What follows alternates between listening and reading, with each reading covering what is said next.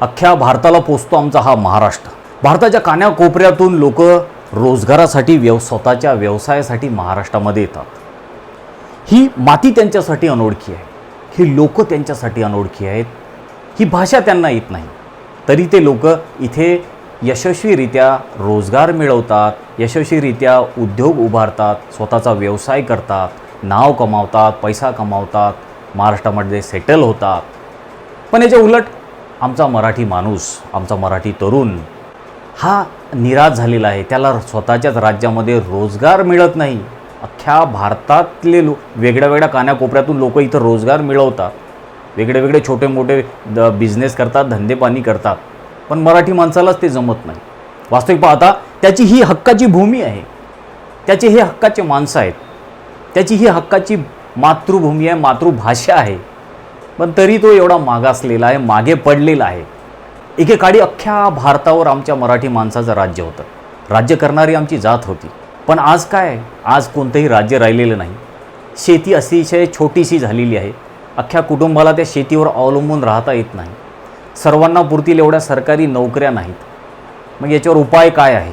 मग याच्यावर उपाय आहे ते म्हणजे मराठी माणसांनी हे पारंपरिक शिक्षण घेणं आधी सोडलं पाहिजे।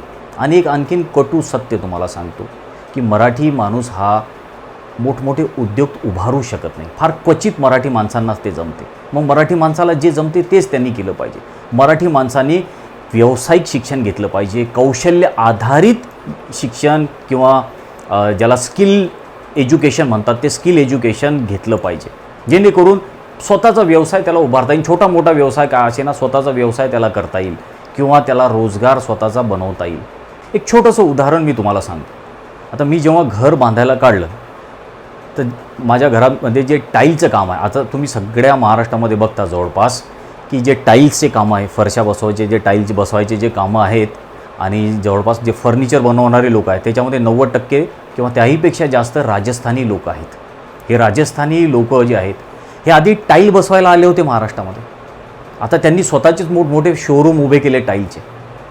तर आता अशाच एका राजस्थानी माणसाला मी ते काम दिलं आणि टोटल टाईलचा खर्च होता मला आलेला तो म्हणजे 8 लाखापर्यंत, ते टाईलचं पूर्ण मटेरियल आणि ते सगळं आलं 8 लाखात। आणि टाईल बसवायची मजुरी ठरली ते म्हणजे 3.5 लाख रुपये, म्हणजे 50% नुसती त्यांनी मजुरी घेतली आणि हे 2 महिन्यातच त्यांनी टाईल मला बसून दिली। आणि याच्यासाठी किती लोक लावले त्यांनी कामाला? फक्त 2 लोक, त्यातला एक मराठी होता, एक राजस्थानी होता। म्हणजे 2 महिन्यात 3.5 लाख रुपये त्यांनी माझ्याकडून घेतले। हे छोटे छोटे जे व्यवसायाचे कामं आहेत हे जर मराठी माणूस करायला लागला, याच्यात बक्कळ पैसा आहे, आपण लक्षच देत नाही।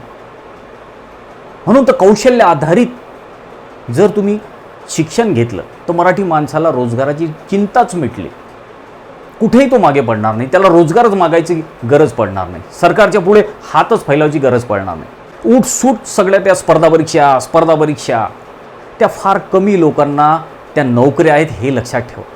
म्हणून ते पारंपरिक शिक्षण तर सगळ्यात आधी तुम्ही सोडा, 12वी झाल्या लगेचच कौशल्य आधारित एखादं शिक्षण घ्या, तुम्हालाही फायदा होईल, तुमच्या कुटुंबालाही फायदा होईल।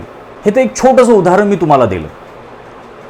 महाराष्ट्रामध्ये तर असं असंख्य क्षेत्र आहेत जिथं मराठी माणसाला रोजगार, स्वतःचा रोजगार मिळवण्याच्या असंख्य संधी उपलब्ध आहेत। म्हणून विचार करा, योग्य शिक्षण घ्या।